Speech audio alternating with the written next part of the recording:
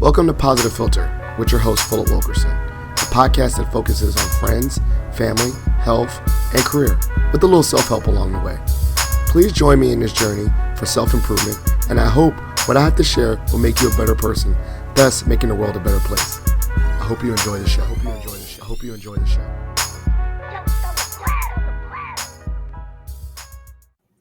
Hello, people of the world. It's Philip Wilkerson back with another episode of Positive Philter. I'm joined by a special guest. Everyone's a special guest because they take their time to join me on the show. I'm joined by my great fraternity brother, Ryan Norman. And, he called me out. I'm going to have to be real. He said, man, Phil, when you going to have me on the pod? And I was like, bro, I'm so sorry. I had to get this on because one of the things I want to do is elevate my brothers that are doing great things, particularly within our chapter of Theta Rho Lambda.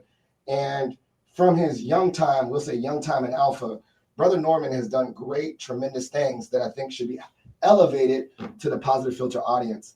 But not only in Alpha, but also his professional world. So we was going to have a really good conversation. He going to stun a little bit, Mr. Rising Brother of the Year. But this is really going to be a journey about his career and Alpha concurrently, because he's doing great things in his profession. But Brother Norman, give the listeners a little background on who you are. Well, that was a very kind introduction, Brother Wilkerson. I appreciate that. My name is Ryan Norman. I am originally from Detroit, Michigan. I always lead with that because I'm a very proud son of Detroit. But again, from Detroit, currently living in the Washington, D.C. area. I'm also a proud Michigan Wolverine, go blue. And I'm a lawyer. So I went to American University for law school here in Washington, D.C., and I've been a lawyer for just over 12 years. I currently work for the government, so I'm a public servant. I love it. And let's get back to the journey, because I think that some of the focus of this has always been a career-focused podcast for those that want to be inspired by careers. So, tell us a little bit about your growing up. Did you have lawyers in your family? What was your aspirations growing up as a kid from the D, as they say? So I did not have any lawyers in my immediate family. I grew up as an only child, mostly with a single parent, my mom. And as my dad, who I did know and still do know, obviously, told me I wanted to be a lawyer since I've been about 10 years old. So I recently found some proof of that. I found a Student of the Week certificate from fifth grade, in which I said when I grew up, I wanted to be a lawyer. And so that turned out to remain true. And so, like I said, I've been proudly practicing. But for me, it was really because I like to debate. I like to discuss things. And I certainly have not been a shy person when it comes to engaging in conversations and, world events and all kinds of things like that. I really believe in standing up for what you believe. And apparently that's been true since a young age, and it remains true now. So, the thing about the things about the misconceptions of lawyers, or where you were absorbing it, were you watching like law shows, and like, did you think that you was going to be in court? Because I'll share my background. When I thought of lawyers, I thought that was all courtroom. But when you see the real wide world of lawyers, some of them don't even go to court. They do a lot of paperwork and all that stuff. What was your view of lawyers before, growing up, while you were growing up? So I would definitely have to say that it was initially the courtroom attorney. I knew that I wanted to be in that courtroom. I wanted to give that closing argument to the jury. I wanted to stand in the middle of the court, all eyes on me, and explain why my client either did or didn't do what they were accused of, or in the case of being a government attorney, explain why the other side was rightfully accused. So I definitely had those dreams of the big closing argument where people were just wrapped with attention, and I was delivering that hard-hitting, persuasive argument. So, and another thought I thought about, going is like, did you, thinking about the skill of lawyers and that, did you like to read a lot? Did you read a lot growing up? Did you, or maybe writing, did you write a lot growing up? Talk about those kind of skills as a kid that you enjoy reading or writing or whatever? Definitely. So I enjoyed doing both. I was definitely a big reader growing up. I would always have a book wherever I was going. And I've always found writing to come pretty easily. But I would say that the thing that translated the most was that I wasn't a shy public speaker. I did not mind speaking in public. So, of course, like a lot of people, it started in church with Easter speeches and speeches at Christmas time. It started with classroom presentations. And I found that while I would get nervous, I think that's natural. I found that it was easy to push through it. And at the end, when I was finished, people would compliment me, said that I had done well, and I came to really enjoy it. And so even now, I have not ever seen a microphone that I did not enjoy or want to take advantage of. I can attest to that. Now, thinking about that, speaking, did you do any activities in high school that were kind of like that, like Model UN or debate club or anything like that? So that's what surprises a lot of people. I did not. I took debate class, but I was not on the debate team. Most of my extracurricular activities involved things related to JROTC. So I was in Army JROTC in high school. That did provide some opportunity for public speaking. I would have to brief certain people. I started having leadership positions where I would stand in front of the battalion or platoon or company and give orders and things like that. But no, I actually did not really have a lot of debate style activities or things like that. I did do Model United Nations, so that was another opportunity. I knew that. I had to say Model United. I knew it was one of those things. College. Why Michigan? I mean, like I said, you're from the Detroit, so I'm assuming that's the big flagship of that. Was that a hard process? I mean, a very competitive. You were a top student. Talk a little bit about getting into Michigan. So you're right. Being from Detroit and being from Michigan, you just grow up hearing about the University of Michigan. I guess there's another school there too, Michigan State. But no, I mean, like in a lot of states where you've got multiple state universities or public universities, I grew up knowing that certain families were either Michigan families or they were Michigan State families. I happen to come from a Michigan family. I rooted for Michigan football. And I was lucky in that this really outstanding university was right in my backyard. Of course, Michigan's always one of the top public universities in the country. And so for me, I didn't have to go very far to get an excellent education. So once I learned that we were a Michigan family and we rooted for Michigan football and that it was an outstanding school, I was all go for it. So how about when you got there, right? Like I said, you had that lawyer vision, and the one, I don't even know what was your major at Michigan, and then what was some of the activities that you did in Michigan too, to prepare you for a career in law? So that's when I really started to do the activities that you might expect. So I was a political science major. I knew I wanted to be a political science major. I went there during my freshman year to my advisor and said, I'd like to declare my major right now. At which point my advisor was like, hold on, you just got here. And I said, no, I know what I want to do. So I declared as soon as I could, which I believe was probably right toward the end of my first year at Michigan. And then I also knew I wanted to do criminal justice as a minor. So I did that as well. In terms of activities, I was pretty heavily involved in the Black Undergraduate Law Association, which is essentially the undergraduate version of BALSA, if anyone's heard of that, which is the Black Law Students Association, which is pretty common to most law schools. So I eventually rise up to be the president of the Black Undergraduate Law Association. And I really leaned into that. One of the things I'm most proud of is that I was able to get one of our fraternity brothers, former Mayor Dennis Archer, who's the mayor of Detroit, in to come speak to us at Michigan. He was one of those early alpha influences in my life. But I really did what I could to try to promote Black lawyers and folks who wanted to go to law school. Another activity I did, I was part of the Student Faculty Academic Judiciary Committee. So that was a joint student faculty organization where we essentially looked at cases of alleged plagiarism, decide whether we would sustain those, what would happen to the student after the fact. And so those were primarily the two things that I did. I was thinking about that. Okay, couple questions branched off, right? Thinking about, the lens of the truth, or you look for people to be guilty, you look for them to be innocent. When you were doing it, like right as a student, were you always trying to give people the benefit of a doubt for the plagiarism, or you were like, man, I know this person cheated? What was your lens when you had to like review peers in their plagiarism and stuff? Well, funny enough, it was actually good practice for what I ultimately decided to end up doing, which is to become a prosecutor, because I basically just followed the facts where they led me.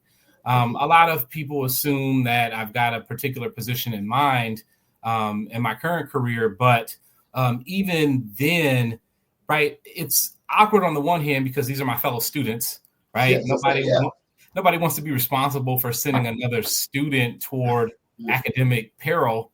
Yes. But at the same time, if the evidence is there and it looks like some plagiarism occurred, you feel compelled to find them responsible. So, it was a balancing act, but again, it was good practice for what I do in my career.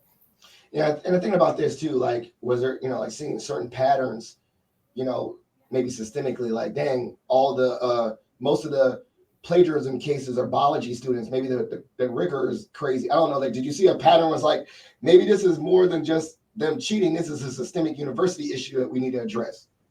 Yeah, you tended to see issues arise in the harder classes where they felt that they needed to get a good grade in order to get a prerequisite in, the so-called weeder courses that were designed to be incredibly difficult.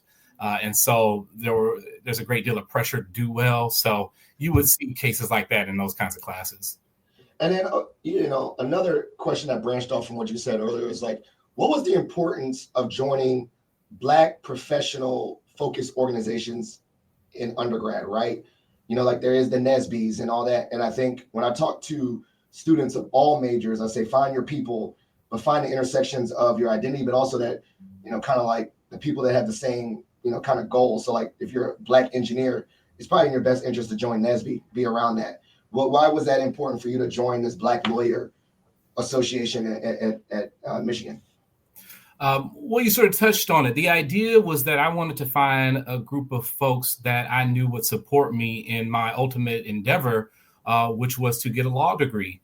I knew even then that there were not a lot of Black attorneys in the world, and then even fewer Black male attorneys. And so my goal was to find folks who I knew supported that goal overall, who could help in all of the things that would lead up to it. So, for instance, for the Black Undergraduate Law Association, we did a lot of preparation and thinking about taking the LSAT, the law school admissions test, right?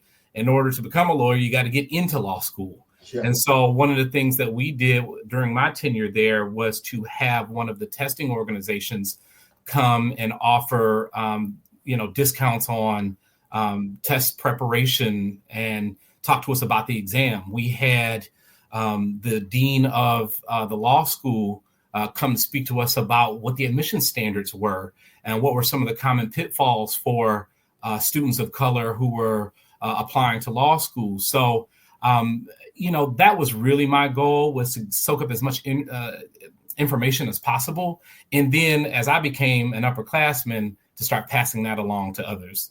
Yeah, what was like the kind of demographic? You said that, right? A lot of, I see this right now, Black male students, and I don't like using this like, they're the lowest of grades and all that, but I mean, more so like student leadership, particularly here at Mason, most of the student leaders of organizations are Black women, like, except for like collegiate Black men, but like NSB is a Black woman. A lot of the other ASA, African student, a lot of the student orgs related to Blackness, the leaders are women. Was that kind of the case with the Black orgs at Michigan? Definitely. Absolutely. So I was part of the college NAACP chapter at Michigan, and that was led by some outstanding Black women leaders on campus.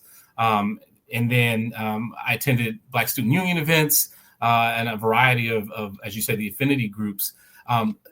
Interestingly, the Black Undergraduate Law Association, while I was there, did tend to be led by men, but I think there were also some really strong Black women who were heavily involved. So before I became president, I was co-vice president, and my co-vice president was a Black woman who, at least recently, was the first assistant at the Washtenaw County Prosecutor's Office in Ann Arbor.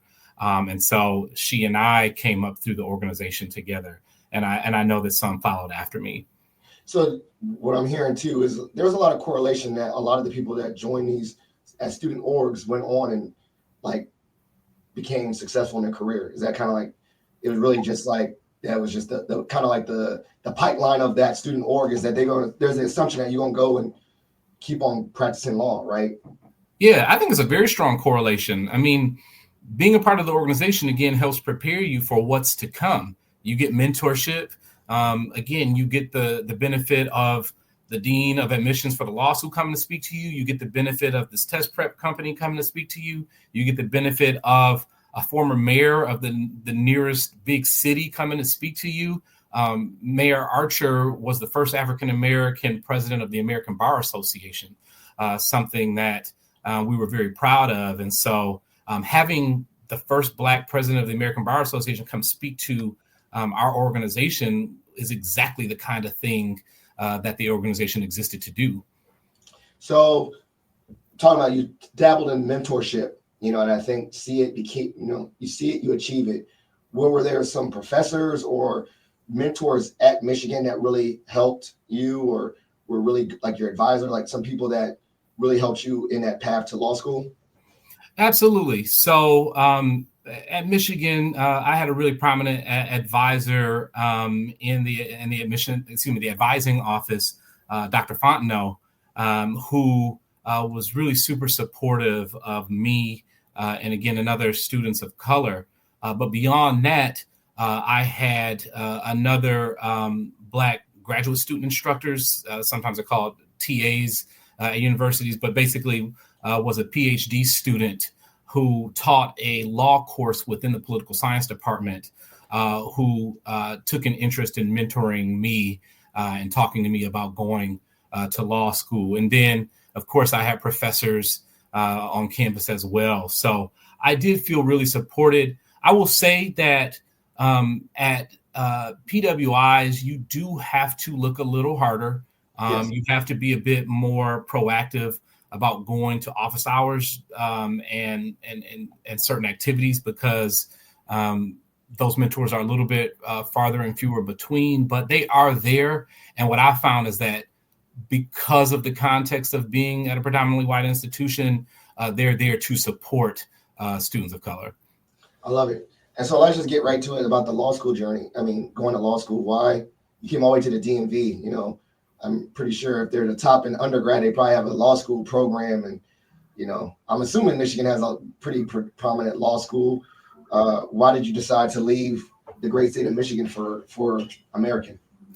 Sure. I'll just be pretty open. I didn't get into Michigan Law School. I wanted to go. It was my dream to go there, but it wasn't to be. And the only reason I share that is because I think it's important for people to hear that sometimes things work out differently than you hoped or thought it would, but that didn't derail me. So just a very quick anecdote. I found out that I got into American University, Washington College of Law, on the very day that Barack Obama was inaugurated the term. So my friends and I had just watched the inauguration in Washington, D.C. I had applied to American, obviously, before that. And so we watched the inauguration. We're really happy. And so my buddy leaves my apartment, and there's a knock on my door maybe 2 minutes after he left. I thought maybe he had forgotten something. So I had told him, right, that I had applied to law school and that I was looking for, the long letter-sized envelope rather than the folded, more narrow envelope, because the big envelope was the admission packet, right? The you got in letter.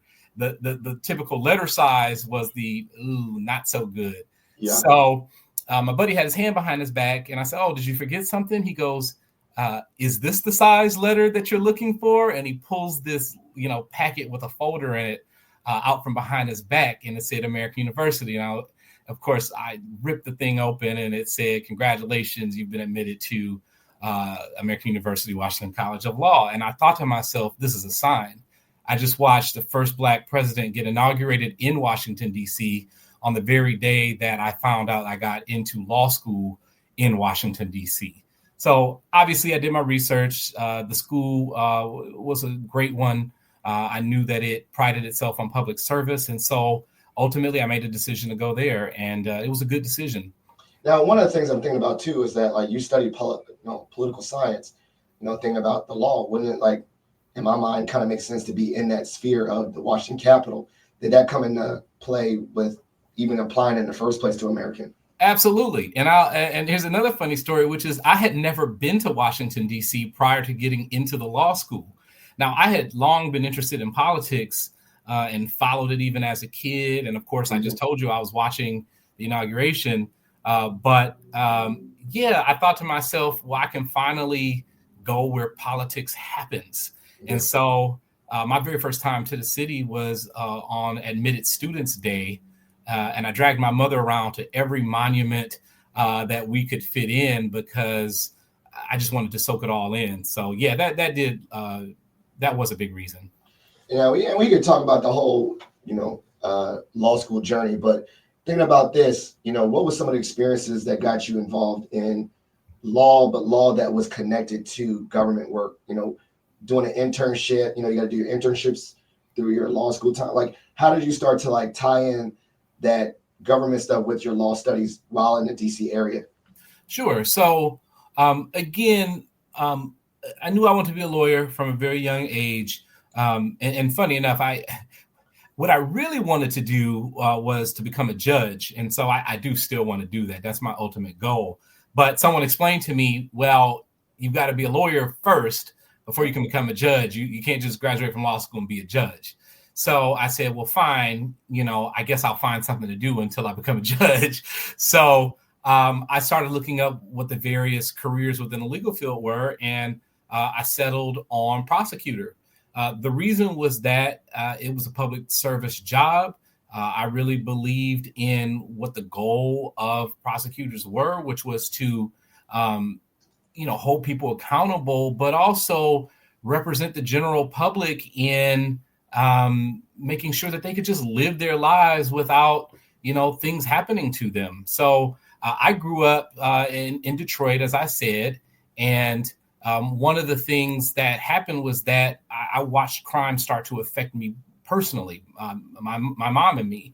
And so my house started to get broken into. Crime started to sort of take over the neighborhood.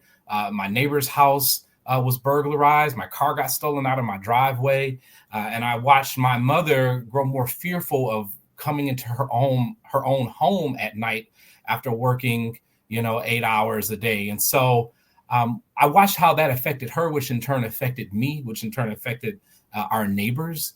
And so I basically just decided that I wanted to do something that I thought would positively affect my community. So going into law school, because I knew I wanted to do that, right now you start finding internships. So I first interned my first summer of law school at the U.S. Attorney's Office for the District of Columbia, which is where I would eventually work.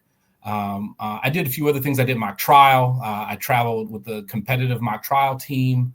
I took a bunch of criminal law courses, of course, and basically just tried to hone my skills for the job that I knew I wanted to do and quite frankly felt that I was called to do. Now, what was the learning curve? So, like you said the public speaking part, you love to read about the writing. What was some of the growth areas in law school? Like, yeah, like what was some of the things like this was not my strength, but I had to like still do it, That's a great question. One of the things I talk to people about with regard to being a lawyer is that there are a lot of rules involved. I know on TV it looks like, I just walk into the well of the court and just start talking, and it's a lot more than that, right? There are rules of evidence. Just because I want this photo and evidence doesn't mean I can always get it in, right? I've got to lay the foundation for it. It's got to be relevant. What if there's something prejudicial about this piece of evidence? Yeah. What if the other side is objecting and saying that evidence is inadmissible for the following 5 reasons, right? I can't just go and say, here's the glove, but I want it in, right? The court's going to say, but what is your basis for why this piece of evidence should come in? And so I just tell people, lawyering is more than just speaking. So the speaking part, as you say, that wasn't the hard part. It was learning all the rules. Yeah. And then there's a skill to courtroom lawyering as well, right? Where to stand. Why do you stand here versus over there? When can I approach the witness? When can I not? There's a bit of a dance to it. You can't just walk around the courtroom at will. That's a quick way to get yelled at by the judge. Yeah, like that. Remember, real quick, remember that one guy that was like, that represented himself, that was yelling? He's like, I'm not. And you're like, sir, you can't do that, right? Like he was just yelling. You know what I'm talking about? So there's like a decorum to that. Yes, there are. The courtroom is probably one of the last truly formal places where everything you do, when you can do it, how you can do it, again, to the point of when you can walk up to the witness, I have to ask permission. Your Honor, may I approach the witness? I can't just go walking up to the witness, right? That's going to get me yelled at. So learning that stuff was probably the most difficult. And then I would say those sort of doctrinal classes in law school, right? So for me, it's like, I know I want to be a criminal lawyer. So taking contracts and torts and property wasn't exactly what I was most interested in. For me, it's like, let me hurry up and get through this stuff so I can get to the good stuff. Did you have to like practice in the mirror of how you stand and all that stuff? You know, like I'm thinking now, like when people do public speaking, the best way to practice is record yourself or see your whole body. It's not just talking. Like, what do I do with my hands and all that? Did you have to rehearse? Absolutely. So when I was on the mock trial team, we focused on that a lot. One of the things that they really sort of hammered home was watching the throat clears, right? Everybody has an a like, words, yeah. right? And so it was things like learning how to just take a pause rather than having all of those uhs and ums. Now we all do it, right? It's just a human thing to do. But then we also were recorded. So you were right. There were occasions in which we would be delivering a direct examination or cross-examination or closing argument or opening statement when we would be recorded. And we could then see, oh, what's that awkward thing I'm doing with my hand that I didn't know I was doing? Why am I leaning that way? Why do I look up at the ceiling when I'm trying to think of something to say? And those are the things that really sharpen lawyers, is watching themselves, practicing, listening to yourself. We all hate to hear ourselves, but you start to notice the little ticks and things that we all have. Yeah, and I was thinking about it too. Like I watch a lot. I watch Netflix, and one thing was talking about how how TV and sensationalized courtroom is. So they're on camera and they almost got to perform, like be a little theatrical, but they have to be, now I'm thinking about what you're saying, they have to be theatrical within the, like they can't just yell, they have to like know how to do it. So I'm pretty sure they rehearsed that. Absolutely. And listen, real life courtroom litigation is a bit of theatrics. I sometimes share some of my closing arguments with my friends, and they laugh because you've got to have voice inflection. You speed up, you slow down, you get louder, you get softer, right? So if you're describing a particularly scary moment in a crime, for instance, you might lower your voice and speak more softly, right? As she was walking down the street, little did she know, she's gonna get mugged. Right? Exactly. Right. And so you do have to practice that, but that's theatrics for sure. Now, this is the pivot right here. Alpha. In this journey, man, you're doing it. You're doing your career. At what point did you want to add alpha to your journey in your life, as a lawyer and all that stuff? Sure. So I first came to learn about our great fraternity in college. University of Michigan is home to Epsilon chapter, which is the 5th chapter ever founded. And so my first exposure was watching the brothers of Epsilon on campus, whether it was step shows, doing community service, walking around, just looking sharp and put together, being campus leaders and things like that. And so I initially was interested around that time, but it wasn't my time. So fast forward to fall 2022, I said to myself, this is something that I still want to do. This is still something that I believe I would fit in with. And so for me, Yes, it was about brotherhood. I know everyone leads with that, and that's not to take anything away from it. I was an only child, so that certainly was a major reason. But if I could offer another reason beyond the brotherhood, I would say it was Alpha's strong commitment to advocacy. So I just told you, right, I'm a lawyer. It's my job to advocate on a daily basis. And so what I noticed is that Alpha has this legacy of strong advocates, right? You start with our seven jewels, our seven founders who are advocating for themselves on the campus of Cornell University and other Black students as well at the start of the 1900s. Then our very mission statement declares that we're going to provide service and advocacy for our community. So there's advocacy again.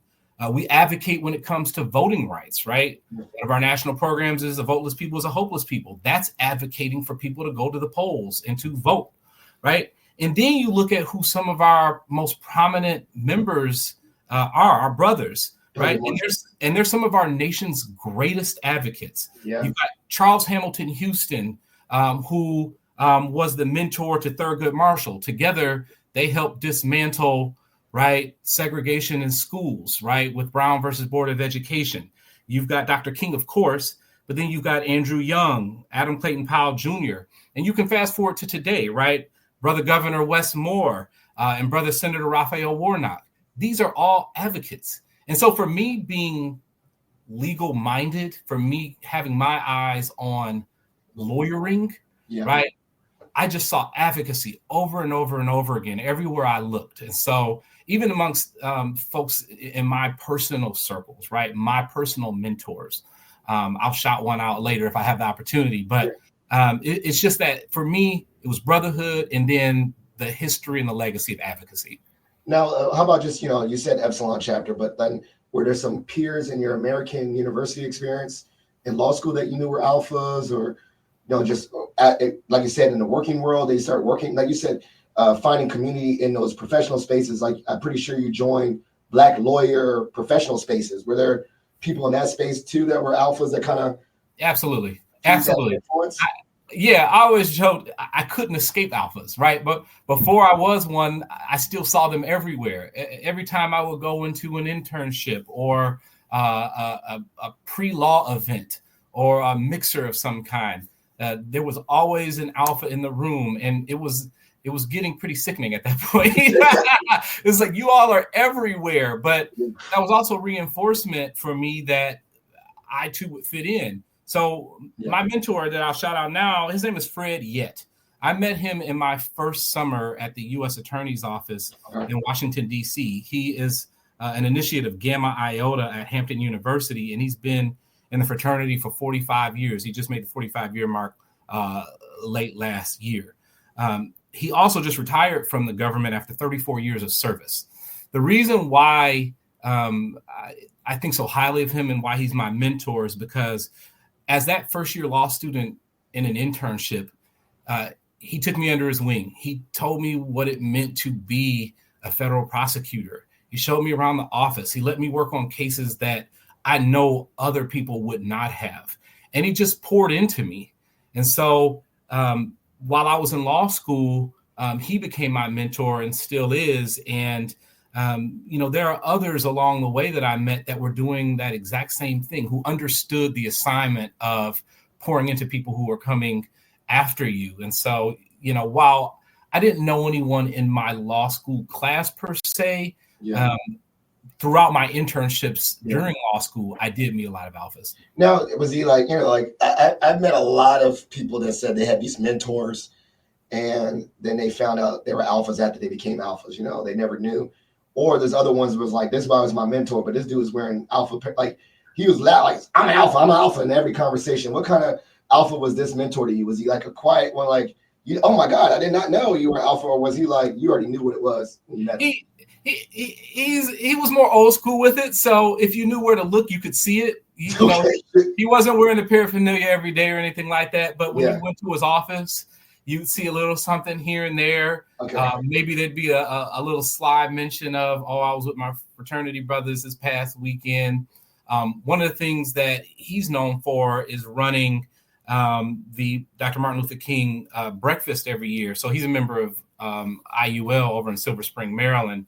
And so, that's how I came to know. So I didn't know he was an alpha for sure, but it's funny. You're right. There are definitely sort of other types of alphas where if you met my dad, you would not know he's Omega. Like, my dad don't wear nothing. He don't do this. He just remembers his life number, But then there's I got uncles that got they literally wear triple nalia everywhere. Like they got the watch, the hat, and it was like, dog, it's like a normal Friday. Right. So it's just different. But then it's very interesting because, as you reflect back, I had high school teachers or college teachers I never knew till I crossed, oh my God, that guy was an alpha. And then he's commenting on my Facebook, welcome to the brotherhood. So I'm not going to go through the process stuff. And you got there. I want to talk about your presence. You became an alpha. Congrats. What was the reception from your mentor? Oh, he was super supportive. He was really proud of me. He congratulated me. I remember the first time that we gripped. It was amazing. He had been rooting for me. He knew I was interested. I had let him know that. And once I became a member, the same support that I had been getting from my first summer in law school just continued even more so. I mean, he continues to send me messages and root for me and all that. So it's been a wonderful experience. What was one of his advices to you, right? Almost, and I say this to everybody, once you're in, now that's when the work starts. What was some of the things he said? Okay, welcome to the brotherhood, hit the ground running. What was some of his advice to you after you became an alpha? Yeah, that was it. Get to work. Okay, you're here now. Get to work. Meet people, form relationships, form bonds, but find the place where you can be most useful, and then put all those skills to work. Right? You went to law school for a reason. You chose your career for a reason. Now it's time to put that to work, and so I took that seriously. Now, inversely, after going to a bunch of chapter meetings, those are the first times I've seen the Robert's Rule of Order and all that stuff. And then I go to a normal work meeting. I'm like, oh my gosh, this is stuff that we do in our chapter meetings, and inversely. But in your experience, you've experienced that before. So when you went to earlier meetings and stuff, when did it dawn on you yo, this is stuff I know how to do. I'm in this space. I have this life experience as a lawyer, share a little bit about that. So you brought up one of the things. So I had obviously been in organizations before. Some of them used parliamentary procedure like Robert's Rules of Order. Others were more loosely organized. But that was one of the things that I came to appreciate, is that we're an organized bunch. We believe in our Robert's Rules of Order. And so that was familiar to me. So currently I'm the chapter parliamentarian, the holder of the Robert's Rules of Order parliamentary procedure book. And that's something that was a bit comforting for me to do, was to use the rules and to learn them and to apply them, because it's something that I had dealt with before. But even beyond that, right, this is a meeting where good ideas are heard, they're implemented, they're supported. This is an organization where we put our head down and we get to work. And luckily, I've been a member of organizations where that was a similar mission.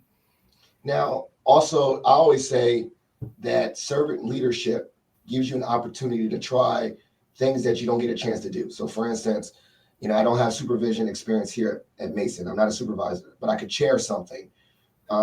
What has been an experience within Alpha to help you grow as a professional that you might not get in your pretty, amazing career as a lawyer? Something to stretch yourself or grow that, you're using Alpha to grow that experience that you might not get in your normal 9 to 5. Oh, that's another good question. Well, so one of the things that I've been able to do is help lead our chapter through some changes to our general organization's governing documents. And so I had never really led a delegation in such a serious way before. I had participated in looking at the rules, but I had never really participated in studying them to the extent that I did. So by way of my position, I'm also the chairman of our Constitution Committee with the Theta Rho Lambda chapter. And so it became my job to study our documents, to figure out what the changes were going to be that were proposed, to then brief the chapter on what those were, to lead a delegation to our Constitution Convention in Chicago last year, and to come back and make a recommendation to the chapter about what we should do with those changes that were proposed. And so I can honestly say I had never really dived that deep before. It stretched me because I couldn't do this at a superficial level. I really needed to work hard at it because I knew that the rest of the brotherhood would be looking to me to explain everything. And so I just had the opportunity last weekend to speak to brothers from across the Commonwealth of Virginia at our state convention and to explain to them what our new governing documents look like. So that was something that it challenged me, but I enjoyed it. Now, thinking about that, we're ideating out loud. How do you think that could transfer to your normal 9 to 5 then? Like that experience could transfer to your 9 to 5. Like now that I went through that experience, I feel like I can maybe try this in my normal 9 to 5. Yeah, I would, for that, I would zone out or zoom out a little bit and say that being a part of Alpha has really reminded me of the legacy and the heritage that we as members of the Black community have emerged from and thrived from, right? So we know that there are a lot of world events happening that are hurting a lot of people. A lot of people are worried, stressed out, concerned. But when we look at the history of how the organization was formed, when we look at who the members of Alpha Phi Alpha Fraternity Incorporated are, it's a constant reminder that we've survived and overcome obstacles to justice and access to voting and progress before. You need only look at, those prominent members. And so being a part of the organization has been an awesome reminder in these times that we can do it again. We are equipped to do this. We've done it before. One of the things I often think about, for instance, everybody knows Dr. Martin Luther King Jr. Was a member of Alpha Phi Alpha Fraternity Incorporated. But one of the things I like to do is to put in context his work. All right. So I looked up some dates. So Dr. King was initiated into our fraternity in 1952 through the Sigma chapter in Boston. He was 23 years old when he was initiated into the fraternity. Now, get this. Just 3 years later, in 1955, at only 26 years old, he's leading the Montgomery bus boycott that stemmed from Rosa Parks being asked to give up her seat. Yeah. So he joins Alpha, and then 3 years later, he's leading a bus boycott that would forever change the course of history, not only in Montgomery, but throughout the nation. And so that's an Alpha man, right? There goes an Alpha man. So again, knowing the history, not just knowing that Dr. King was a part of the organization, but knowing the history of what we were able to do helps me to remember, we might be in tough times, but we can do it. I ain't gonna lie, two things, remarkable. I thought about this when I turned 40, that Martin Luther King died at 39 years old and accomplished so much. I'm like, Jesus, like, what kind of life I'm living? I'm at 40 and I didn't even have to think. But also on the flip side, rather than making it self-deprecating, it gave me a lot of juice. Like, I ain't gonna lie, like, I've not say I always struggled being confident or anything, but it gave me a little bit of a cape, like a little bit of a persona. Sure. To say, if being part of this historic thing, I'm still in my lane, but like that gives me a little confidence. Like I'm an alpha man and yada, yada, yada, and just gives you a little confidence. And I think that has permeated into thinking of like, I never would have thought I could get a PhD. But like, I'm in that, Joe. I'm like everyone in their mama is an alpha smart. You know, like, Right. I remember I went to my first info session and they like make you stand up and tell you like everyone had a master's. Like, what you mean? Like, you know, Yeah, like it helps for me like too. that's the standard. That's like that's how you stun on people is like how smart you are, right? And so I'm like, of course I can get a PhD. You know what I'm saying? Like, I don't know. It's a weird confidence boost that I got. I agree. It helps me in my career too. Again, right? People know Thurgood Marshall, but people often forget that his mentor, Charles Hamilton Houston, also an Alpha, came before him and was the first dean of Howard University's law school. So I'm sitting in my office going, oh boy, what am I going to do? And then you go back and you look at some of these folks who came before us and all of the things that they did. And you're like, you know what? I could do a little bit more, and I will do a little bit more. Yeah, and also think about it is like, thinking about it historically, I'm like almost coming from a place of privilege. Like, it's not like I'm not the only, right? Meaning like this, like I don't have to like Thurgood Marshall's doing it, and he was like literally people getting lynched. Like I have a privileged life of challenging systems and not face the same adversity. So therefore, it's almost like I'm not going to say I can't complain. Really, just do the work. If they can do it with these crazy circumstances, I could do it in this current space now. Like I still have a livelihood, I still have a car. I still have. Right. I wasn't doing it where my livelihood was completely threatened. Right. So I can do a little bit of work now from this actual present place of privilege that our forefathers didn't get, or the Jules, for instance, like they didn't have like more than them to talk to, like we got like we can do a NESB in Black communities at our university to have support, so I kind of use that as a framing. So, brother Ryan, we probably could have a part 2 and all this, but we're just gonna get right into shot for shot. You get to ask me any random question. I get to ask you any random question. You want to go first? I go first. You go first. All right. So, what are your thoughts on the Fab Five as a Michigan person? Thoughts, influence, growing up, just Fab Five. Yeah. Well, obviously, I love the Fab Five, right?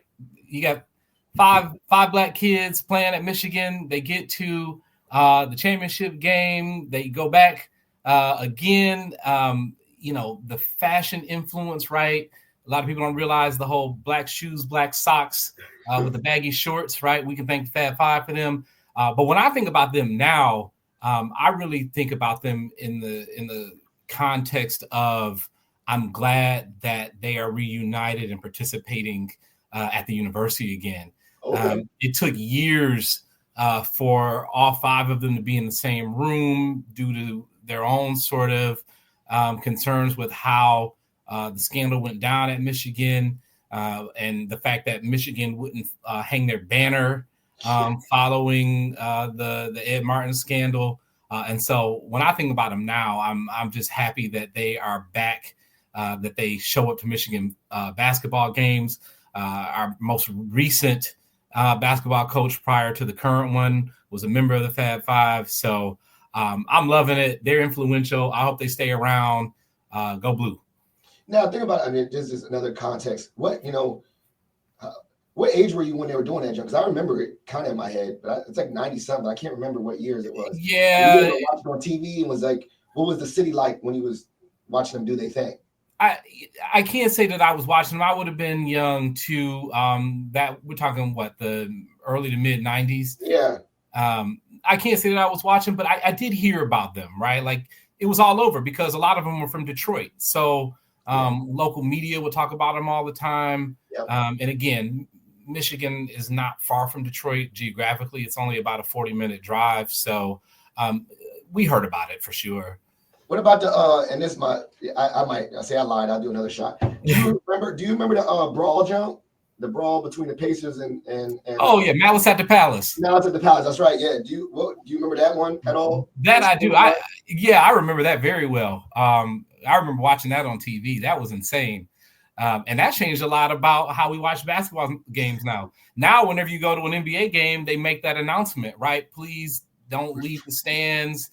Don't throw things. You'll be ejected and subject to other fines and penalties. I don't think they were regularly making those announcements before I that. remember watching that too. I gotta remember the time, but I remember watching on TV. It was like, is this really happening in real life? And Right, right. I was like, what? Like, I remember that. Like, I gotta remember the date, but I remember watching it on TV. There's certain sports moments that stand out. Like, for instance, this is like a total pivot. I remember the OJ White Bronco chase. I Yeah. remember that while a kid watching the NBA Finals.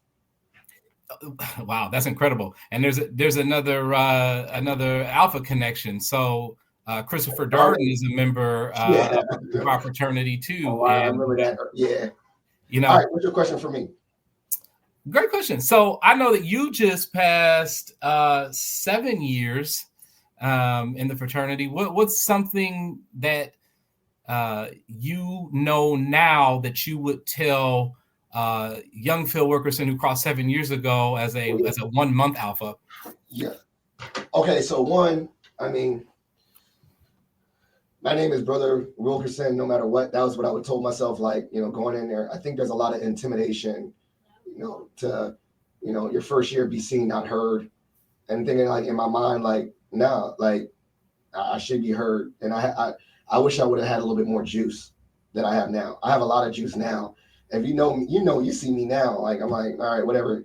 Even if someone says something, like, whatever, I let it roll off my back, because the veil has been lifted. I remember thinking how great this organization was, and that I had to be a whole new person once I'm in, and level up kind of thing. And I was like, you know what? Like, now that I'm in, it's just like any other organization where it's just great men doing work. But like, I'm more than capable. If I wasn't capable, I wouldn't have been in. Like, if that makes sense. And so, like, I have a lot more confidence. I could, and I wish I would have told myself, be confident. Also, I would have told myself, learn a little bit more about how to speak up appropriately. Robert's Rule of Orders and make motions and all that stuff. So that's one thing I would have told myself. Now it's like, you're here for a reason. And also, I would say, don't be a super alpha. Like, it took me a lot of times to like realize what's my lane. I ain't trying to be on every committee. I ain't trying to do everything. Honestly, I'm not trying to go to everything. I'm doing the things I like to do within the organization that gives me like, it's almost like a symbiotic feeling. Like, I like media, so I like to be on the National Sphinx Committee. Like, I want to learn about journalism. I like podcasting or media. So using my skills and things I already like to do. I like public speaking, so I like to be a judge for oratorical contests. That's my lane. I'm not trying to do everything, but I want to definitely be involved with the oratorical contest. So I would have just told myself, don't be trying to be like a super alpha and do everything. Stay in my lane and do the things I like, that I know that I want to do within it, that gives me something as well as I give to something else. But also, I would have told myself, be more confident. Um, I say this now, like, I communicate regularly with past President Mark Tillman. Mm-hmm. Shout out to him. And he just treats me like a normal person. And I'm thinking about that in deference. I still call him President, past General President Martin, Brother Martin, I still give him deference. But at the same time, I'm talking to him like a normal person. Like, what do you think about this? What do you think about that? And he is of, stature within Alpha, but he's also just a peer in a sense. Like, I don't know how I can call it a peer, but he is a peer, or I met the VP of HR used to be here at Mason, was an Alpha. And I talked to him like, deference, like, he has a high position at Mason, but at the end of the day, he's still a brother. Hi, I'm Brother Wilkerson, and I want to introduce myself. And so I've learned that too. Like, if there's an alpha of stature, I don't care. I'm gonna walk up to you and say, hey, I want to introduce myself. I'm Brother Wilkerson. Because at that space, I'm just as confident. And I wish I would have told myself that. Once you're in, go talk to any alpha. Mm-hmm. Go, with respect, yes, how you doing, sir, and all that. But I can talk to anybody in alpha. You got letters on, I got letters on. We're both alphas. You know better than me. I agree with that. And I think that's my thing. Also, but you can be confident without being disrespectful. You can be confident without being arrogant. I still show deference, but I'm also showing confidence in myself. Right. That's things I would have shared. Like, be confident in yourself and know that you earn a space. If you want to say something correctly with decorum, say it. read the room, but you should be able to say whatever you want to say. So that's what I was saying. Thank you for the question. All right. So this is the part of the show we're landing the plane. Shout outs and plugs. Show love to anyone you want to show love to, and then plugs things that you want the listeners to be aware of, ways to connect with you, etc. The platform is yours. I appreciate that. So of course I'm going to shout out my line brothers. That is my ace brother Sam Gaynor, and then also my deuce brother Tylen Scott. Of course, we make up the Triad Fall 2022, so I want to shout them out for sure. I've already shouted out my mentor, Brother Fred Yet. Just want to thank him again for being such a wonderful mentor, both to me in my career and in Alpha. And then I want to shout out our chapter, Theta Rho Lambda. And the reason is that, in the 2 years that I've been a brother, all of the brothers have really put their arm around me, supported me, encouraged me. I was truly honored this past fall when I was named Rising Brother of the Year. I didn't set out when joining the organization to receive awards, but I'm so grateful that the work that I've done was recognized and that I continue to be encouraged to pursue whatever it is I want to accomplish within the organization. And then I'm going to turn my last shout out into a gratitude post, which is to you.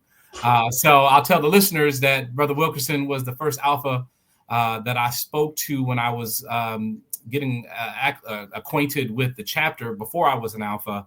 And I want to thank you because you were very kind.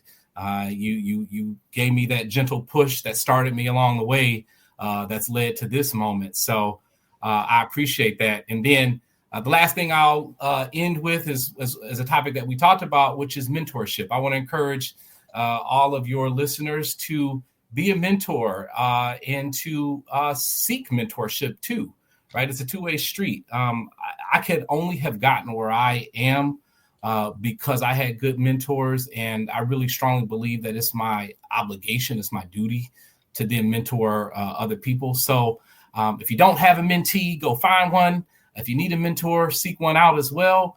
And I strongly believe in that.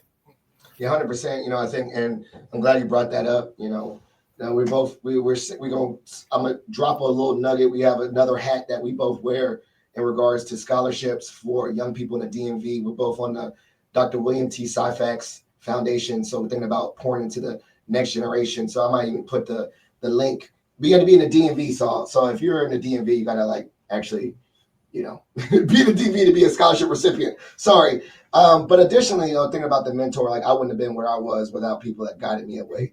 And so if you're listening to this and you're looking for someone and guidance in different career paths, feel free to, listen back to old episodes of Positive Filter and find someone, whatever career path that's a guest, and feel free to reach out to them. That's why I do these podcasts too, because everyone's sharing their information to be connected, So thank you, Brother Norman. You're doing great things. I've learned from you in your short time, Alpha, that work can be done no matter how short you are in Alpha, that, if you have ideas and confidence and know your stuff, you can make an impact, 1 year, 2 year, 3 year, don't matter. Once you get those letters, you can make a difference. And I've seen that through your efforts. Positive Filter listeners, as you know, every episode is dedicated to the memory of my late father-in-law, Jeff Kirsch. So please consider donating to the Jeff Kirsch Anti-Hunger Fund for all the work he did fighting food insecurity. Additionally, if you're part of the Mason Nation, please consider submitting a Pats for Patriots to show love to someone else. That's been a great episode. Please consider being kind to people and continue to listen to Positive Filter. Thank you for listening to Positive Filter, a podcast that focuses on family, friends, career, with a little self-help along the way. If you enjoyed this podcast, please share it with your family and friends, and like the Facebook page, Spreading Positivity of Movement. Thanks for listening.